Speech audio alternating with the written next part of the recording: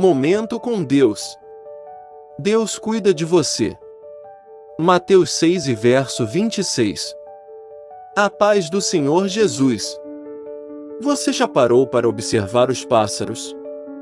Eles não plantam, não colhem, nem armazenam em celeiros, e mesmo assim, Deus os alimenta. Se o Senhor cuida tão bem das aves, quanto mais cuidará de você, que é muito mais valioso. Talvez você esteja enfrentando desafios, preocupações ou incertezas, mas lembre-se, Deus nunca abandona os seus filhos. Ele conhece cada detalhe da sua vida, e já preparou o que você precisa.